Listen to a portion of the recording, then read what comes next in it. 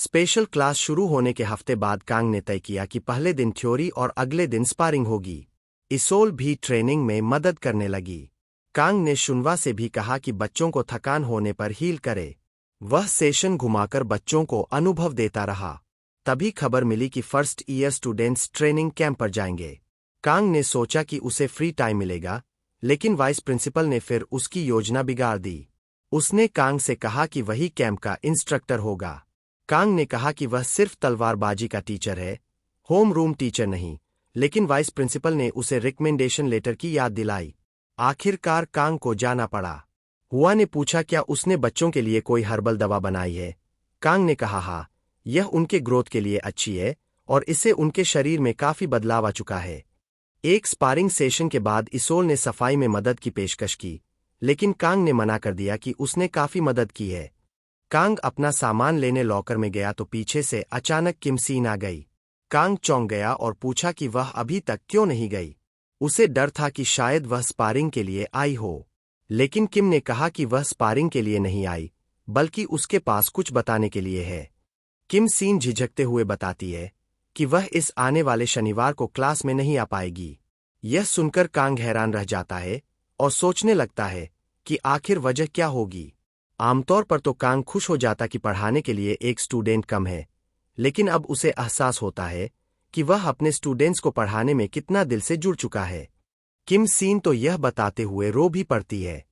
Kong को सुकून मिलता है कि बस एक शनिवार की बात है।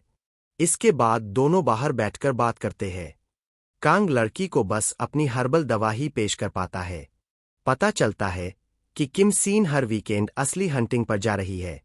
सीन बताती है कि वह टीचर से गाइडेंस लेना चाहती थी, लेकिन अब उसके पास कोई विकल्प नहीं है। कांग को अजीब लगता है कि सीन वीकेंड पर प्रैक्टिकल ट्रेनिंग पर जा रही है, जबकि यह नियमों के खिलाफ है। तब सीन बताती है कि उसके पिता वाइस प्रिंसिपल से बात करेंगे। कांग कहता है कि वाइस प्रिंसिपल इतना आसानी से नहीं मानेंगे और पूछता है कि क्या उसके पिता वाइस प्रिंसिपल के दोस्त है। तभी सीन बताती है कि उसके पिता आहरी गिल्ड के गिल्ड मास्टर है। कांग यकीन नहीं कर पाता कि सीन भी अमीर घराने से है। फिर सीन बताती है कि उसका असली टारगेट देश का मार्शल आर्ट्स टूर्नामेंट नहीं है। वह उसमें सिर्फ इसलिए हिस्सा ले रही है ताकि WHCU 19 टिकट के लिए क्वालीफाई कर सके। यह टूर्नामेंट 19 साल से कम उम्र के हंटर्स के लिए वर्ल्ड हंटर चैंपियनशिप है। कांग कहता है कि अगर वह मार्शल आर्ट्स टूर्नामेंट जीतेगी तो वहां जा पाएगी। उसे लगता है कि सीन अभी टूर्नामेंट में कहीं पहुंची भी नहीं है और पहले ही चैंपियनशिप का सपना देख रही है।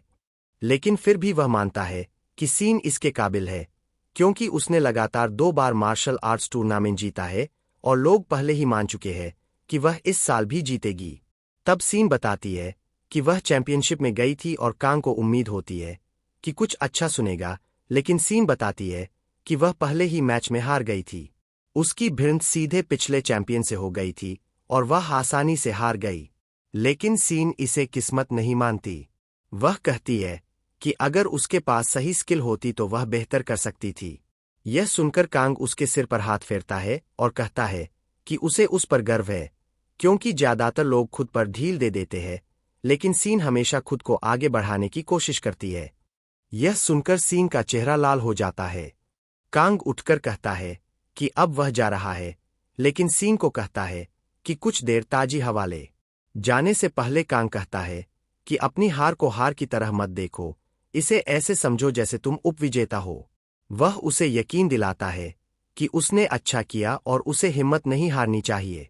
कांग के जाने के बाद सीन को उसके पिता का फोन आता है और उसका मूड एकदम खराब हो जाता है। वह कहती है कि उसने कॉल देर से उठाई क्योंकि वह काउंसलिंग सेशन में थी, लेकिन उसके पिता उसे डांटते हैं और कहते हैं कि उसे सिर्फ उनकी सलाह की जरूरत है। सीन निराश खड़ी रह जाती है क्योंकि उसे समझ नहीं आता क्या कहे। आहरी गिल्ड एक प्रतिष्ठित गिल्ड है और सीन का पिता एक रैंक हंटर है।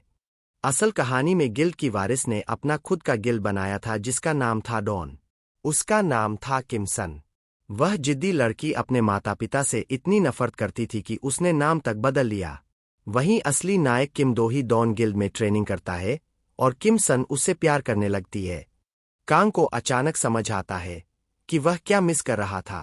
वह सोचता था कि किम सीन जैसी स्किल लड़की असल कहानी में क्यों नहीं थी। पहले उसे लगा था कि वह बस एक शानदार साइड कैरेक्टर है, लेकिन अब उसे पता चलता है कि असल में सीन ही नाम बदलकर किमसन बनी और उसी ने डॉन गिल बनाया।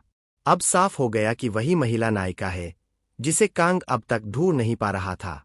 अगर ओरिजिनल प्लॉट नहीं बदला तो से जेवायन का अपने पिता से रिश्ता पूरी तरह टूट जाएगा। इसका ट्रिगर अगले जनवरी का WHCU टूर्नामेंट है, क्योंकि वो उसमें अच्छा परफॉर्म नहीं करती। से जेवायन को उसके पिता बुरी तरह डांटते हैं। असल में बात उससे भी ज्यादा बुरी है। शायद ओथ ने रीडर की भावना को गहराई से महसूस कराने पर जोर दिया है। से जेवायन के पिता को एक साइकोलॉजिकल मैनिपुलेटर के रूप में दिखाया गया है। ओथ की राइटिंग इतनी पावरफुल है कि पढ़ते हुए मेरे हाथ मुट्ठी में बंध गए। गहरी सांस छोड़ते हुए शिनहुक बोला, और वो सपोज्ड है उसका पेरेंट। यह दम घोंट देने वाला है। अपने बिस्तर पर टिकते हुए वो बड़बड़ाया। हालांकि सेंग का इस साल के मार्शल आर्ट्स टूर्नामेंट में जीतना लगभग तय है, फिर भी उसका एंग्शियस होना समझ में आता है। इसमें कुछ अजीब नहीं है। अब टॉप 10 एक्सपर्ट्स और रीइंकार्नेटेड स्टूडेंट्स में सबसे कोल्ड और रूथलेस व्यक्ति एक परफेक्शनिस्ट, क्योंकि उसके पिता किम डेचन है जो स्वॉर्ड किंग और एस रैंक हंटर है। एक जीनियस जो अपने ही पिता द्वारा दबाई गई है। अलग अलग कनेक्शन से उसकी इंडिपेंडेंस रोकी गई है। शिनहुक ने सोचा, अगर डेचन मेरा पिता होता तो मैं कब का भाग गया होता। उसने कुछ पल सोचा और फिर अपना अतीत याद किया जब वो खुद अंडर परफॉर्म करता था। उसके पिता ने उसका टेस्ट फाड़ दिया था और लगातार उसे डांटा था। बाद में से जेवायन अपने पिता को हरा देगी, माफी मिलेगी, सुलह होगी और हैप्पी एंडिंग आएगी। लेकिन सच कहूं, मुझे वो हिस्सा बिल्कुल पसंद नहीं आया। वो मुझे मेरे पुराने जख्मों की याद दिला गया।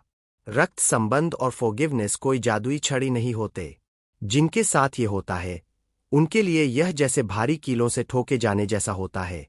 देखो कैसे वो उसे वीकेंड पर भी इंटर्न करने को मजबूर करता है, स्कूल रूल्स को नजरअंदाज करके।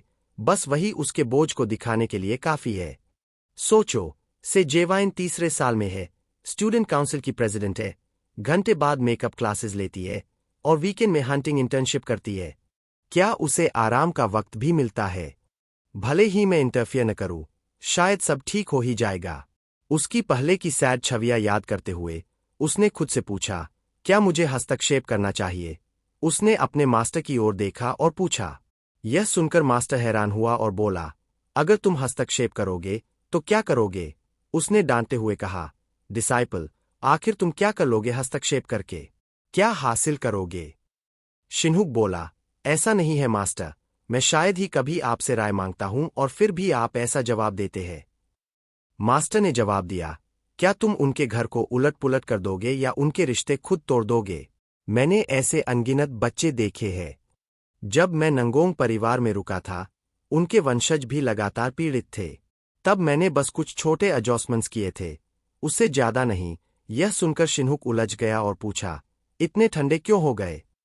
मास्टर ने सोचा और बोला, क्योंकि उस बच्चे ने कभी शिकायत नहीं की। यह सुनकर शिनहुक शांत हो गया और आगे कुछ नहीं पूछा। मास्टर ने पूछा, क्या उसने तुमसे मदद मांगी? उसने जवाब दिया, नहीं। मास्टर ने फिर पूछा, क्या उसने आने वाली लड़ाइयों से डर दिखाया? जवाब था, बिल्कुल नहीं। मास्टर ने लंबी सांस ली और कहा, मूर्ख शिष्य, खुद को भाग्यशाली समझो।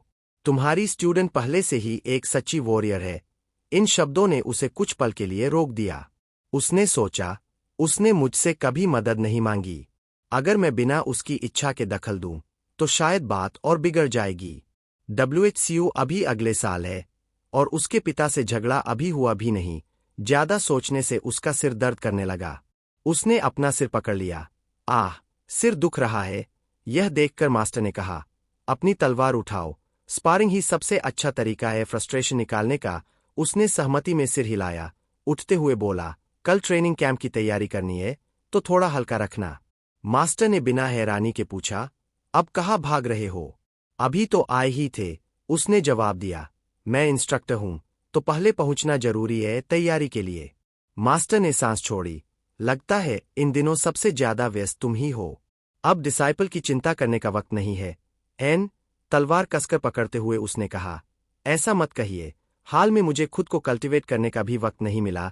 आंखें बंद करते हुए वो सोचने लगा, जब से मार्शल आर्ट्स क्लास ली है, तब से बहुत व्यस्त हूं। दृढ़ तलवार चालों को देखते हुए मास्टर चुपचाप सोच में पड़ गया। एक कदम पीछे हटते हुए उसने सोचा, फिर भी मुझे अपनी वर्तमान जिंदगी से नफरत नहीं है। व्यस्त रहना मेरा खुद का चुनाव है और ये व्यर्थ नहीं गया। क्या से जिन भी ऐसा ही महसूस करती है?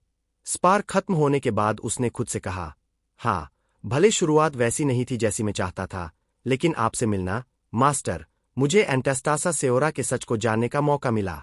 वाइस प्रिंसिपल से द्वंद्व। भले मैं हार गया, लेकिन उस ग्रीष्मावकाश में मैं और मजबूत बन गया। बाहर जाकर सिर्फ काम नहीं किया, बल्कि वो एक अच्छा अनुभव था। मजबूत बनना मुझे अपने छात्रों को सुरक्षित बचाने और आसपास के लोगों से मदद पाने में सक्षम बना गया। उसने संतोष की सांस छोड़ी। सही कहा, जिंदगी कोई इतनी बड़ी बात नहीं। शायद यही आपके उपदेश का मतलब है, अधीरता को छोड़ देना। लेकिन अचानक उसका दिमाग घूम गया। उसकी आंखें सिकुड़ गईं। मास्टर, मेरी इंटरनल एनर्जी अचानक नियंत्रण से बाहर हो गई है, बहुत तेजी से बढ़ रही है। क्या मैंने स्पा के दौरान ज्यादा सोच लिया? अपने डैंशन को पकड़ते हुए वह चिल्लाया, त्रिपा, ऐसा लग रहा है जैसे मेरा डैंशन फटने वाला है। यह तो उस वक्त से भी ज्यादा दर्दनाक है जब आपने मेरा रेनमी खोला था। क्या यह क्यूआई डेविएशन है? इंटरनल एनर्जी जल रही है, डैंशन को झुलसा रही है। ऊर्जा डैंशन से बाहर निकलकर मेरिडियंस का पालन नहीं कर रही थी, बल्कि रीढ़ की हड्डी से ऊपर रेंगती हुई धीरे धीरे उठ रही थी। मुझे इसे नियंत्रित करना होगा। यह सामान्य क्यूआई सर्कुलेशन नहीं है। ऊर्जा ऊपरी पेट से होते हुए हृदय क्षेत्र, फिर गले और वहां से यिंतंग बिंदु तक जा रही है। आखिरकार जब वह विस्फोटक ऊर्जा बहुई पॉइंट सिर के ऊपर तक पहुंची, तो वहां फटकर उसे असंख्य ज्ञान और स्पष्टता से भर गई। उसका भाव बदल गया, दर्द भाप की तरह गायब हो गया। मेरा मन अब एकदम साफ है। हाथ उठाकर उसे देखते हुए वह हकलाया, यह क्या है? मास्टर पास आया और बोला, बधाई हो। बधाई? किस लिए? तुम्हें एनलाइटमेंट प्राप्त हुई है। तुमने एक और दीवार पार कर ली है। शिन्हुक सोच में पड़ गया। दीवार पार की मतलब मेरी मार्शल आर्ट्स अगले रियल में पहुंच गई। जो ऊर्जा नियंत्रण से बाहर थी, अब स्थिर हो गई। छाती से उठती और गले तक चढ़ती वह शक्ति अब यिंतंग बिंदु तक पहुंचकर गायब हो गई। मास्टर ने समझाया, यिंतंग पार करने के बाद इंटरनल एनर्जी सिर के ऊपर बाई पॉइंट पर इकट्ठी होती है। फिर वह प्रचंड ऊर्जा बिना किसी निशान के विलीन हो जाती है। शिन्हुक ने सिर हिलाकर कहा, हाँ, बिल्कुल वैसा ही हुआ। मास्टर के होठों पर हल्की मुस्कान आई। चिंता मत करो, तुम्हारी इंटरनल एनर्जी गायब नहीं हुई है। उसने बस एक नए वेसल के लिए जगह बना दी है।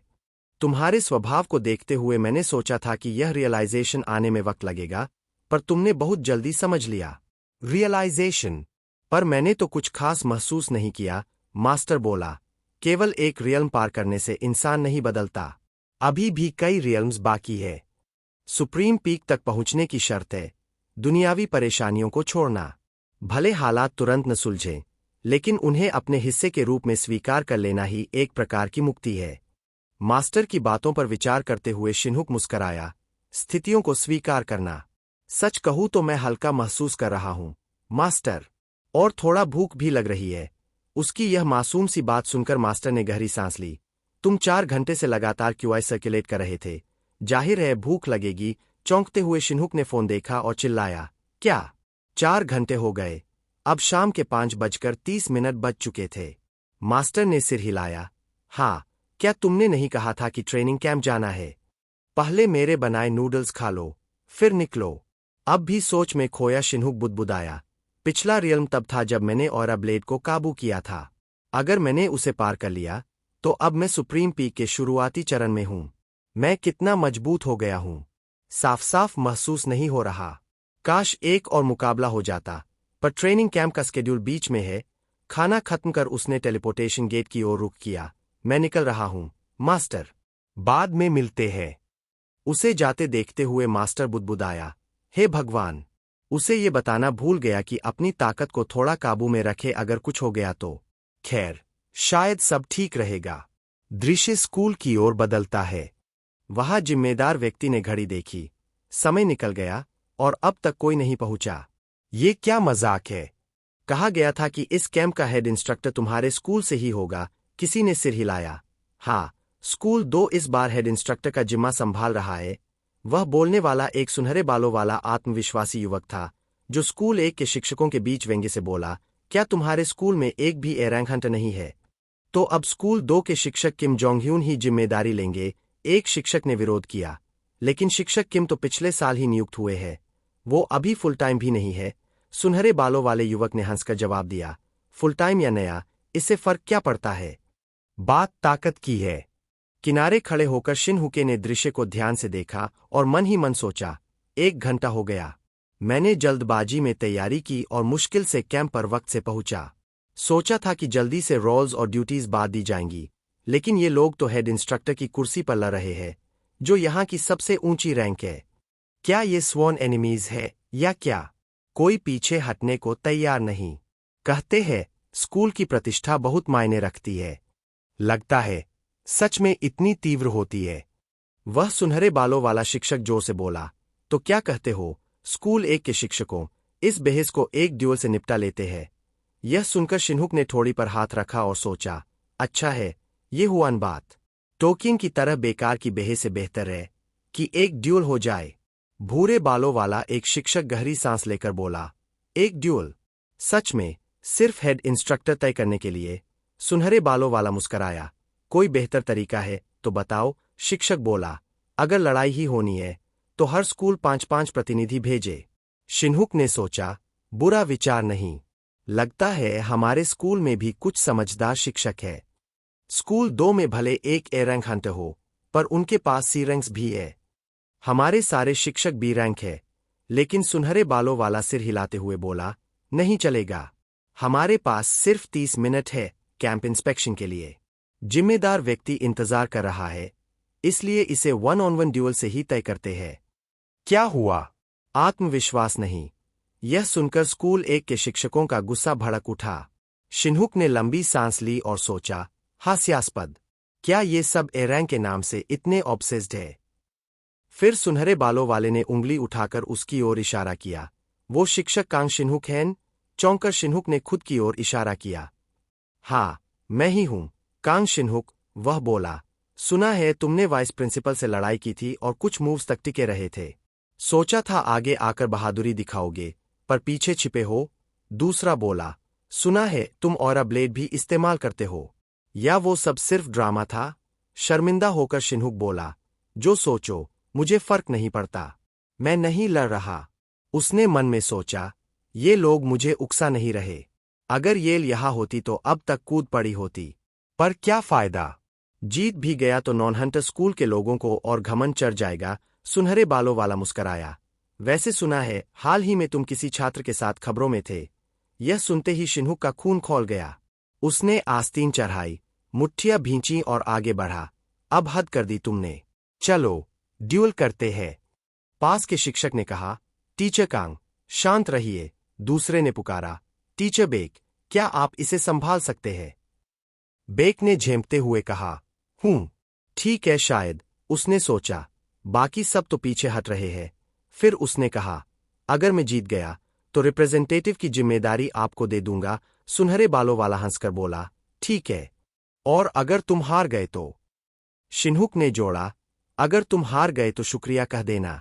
वह बोला, ठीक है, मैं खुद लड़ूंगा, चाहे स्कूल 2 के सारे शिक्षक आ जाए। सुनहरे बालों वाला ठिठक गया, फिर हंस पड़ा, हा, टीचर कांग तो मजाक किया है। पूरे यूट्यूबर वाइब्स है तुम्हारे। अब समझ आया तुम्हारी असली प्रतिभा क्या है।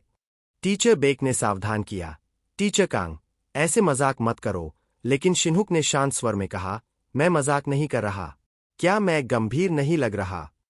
सुनहरे बालों वाला इतनी हंसी से आंसू पोंछते हुए बोला, लगता है मीडिया की हाइप ने तुम्हारा दिमाग खराब कर दिया है। चलो मैं दिखाता हूं कि असली दुनिया कितनी सख्त है। शिनहुक ने जमीन में एक लकड़ी गाड़ दी और उसके चारों ओर एक गोलाकार निशान खींचा। ये रहा मेरा दायरा। अगर रेफरी को लेकर फिर बहस की तो आधा दिन और बर्बाद होगा। अब बात साफ है, जो भी इस गोले से बाहर धकेला गया वही हारेगा। सुनहरे बालों वाला अंदर ही अंदर झल्लाया, ये मूर्ख, इतना अकड़ किस बात की? फिर मुस्कराकर बोला, ठीक है, पर हम सब नहीं लड़ेंगे। हमारी तरफ से 3 लोग आएंगे। काले कपड़ों में एक युवक आगे आया, टीचर पार्क, क्या आप सच में इस पर राजी है? सुनहरे बालों वाले ने ठंडे स्वर में कहा, अगर बोला है तो निभाना पड़ेगा। और वैसे भी हमारे मेडिक्स बेहतरीन है, टूटी टांगे या कटी बाहें कोई बड़ी बात नहीं। स्कूल 1 के शिक्षक चिंतित दिखे जबकि स्कूल 2 के लोग उत्साहित थे। 3 प्रतिद्वंद्वी चुनने के बाद शिन्हुक बोला, लड़ाई 10 मिनट तक चलेगी। जो हार माने या गोले से बाहर निकले वो हारेगा। प्रतिद्वंद्वियों ने सिर हिलाया। तलवार थामते हुए उसने सोचा, नए रियल में पहुंचने के बाद कुछ सटल बदलाव महसूस हो रहे हैं। डेंशन की एनर्जी कम नहीं हुई बल्कि कंप्रेस्ड हो गई है। इसके अलावा कुछ ज्यादा फर्क नहीं लग रहा। अच्छा मौका है इसे परखने का। रेफरी ने सीटी बजाई, शुरू करो। तुरंत स्कूल 2 के तीनों फाइटर्स अद्भुत गति से उसकी ओर लपके। एक शिक्षक चिल्लाया, वैनगार्ड स्वॉर्ड्समैनशिप। फॉर्मेशन बना रहे हैं। सुनहरे बालों वाले ने कहा, रुको मत, उसे तब तक कुचलो जब तक बोल न सके। भाले वाले ने हथियार को कसकर पकड़ा और तीर की तरह शिन्हुक की ओर फेंक दिया। शिन्हुक ने हैरानी से सोचा, भाला, मैंने सोचा था वो पीछे रहकर फॉर्मेशन की रक्षा करेगा, लेकिन ये तो सीधा हमला है। वह झुककर भाले से बचा ही था कि एक स्वॉर्ड्समैन साइड से वार करता हुआ आया। तेज क्लैंग की आवाज के साथ तलवार हवा में टूटकर उड़ गई। स्कूल 1 के शिक्षक अवाक रह गए। शिन्हुक ने नंगी हाथों से तलवार तोड़ दी थी और प्रतिद्वंद्वी के गाल पर खून की लकीर उभर आई थी। प्रतिद्वंद्वी की आंखें अविश्वास से फैल गईं। अपनी ऑरा से ढकी हथेली को देखते हुए शिन्हुक ने सोचा, अब तलवार खींचना कितना आसान लग रहा है। पीछे खड़ी मेज ने हाथ उठाया, सब हट जाओ। उसने एक फायर ड्रैगन बुलाया जो गरजता हुआ उसकी ओर बढ़ा। टीचर बेग चिल्लाया, एक ड्यूल में ग्रैंड फॉर्मेशन। शिन्हुक ने शांत होकर सोचा, तो उनका ए रैंक हंटर यही मेज है। मुश्किल है, लेकिन मास्टर की हेवनली डीमन स्वॉर्ड टेक्निक याद है। एक हेवनली डीमन के शिखर ने मुझे भी हिला दिया था, पर उसने कभी ये नहीं कहा कि इसे काउंटर नहीं किया जा सकता। फिर उसने आभा से हाथ ढका और कहा, अब देखते हैं इस आग के प्रवाह की कमजोरी कहाँ है।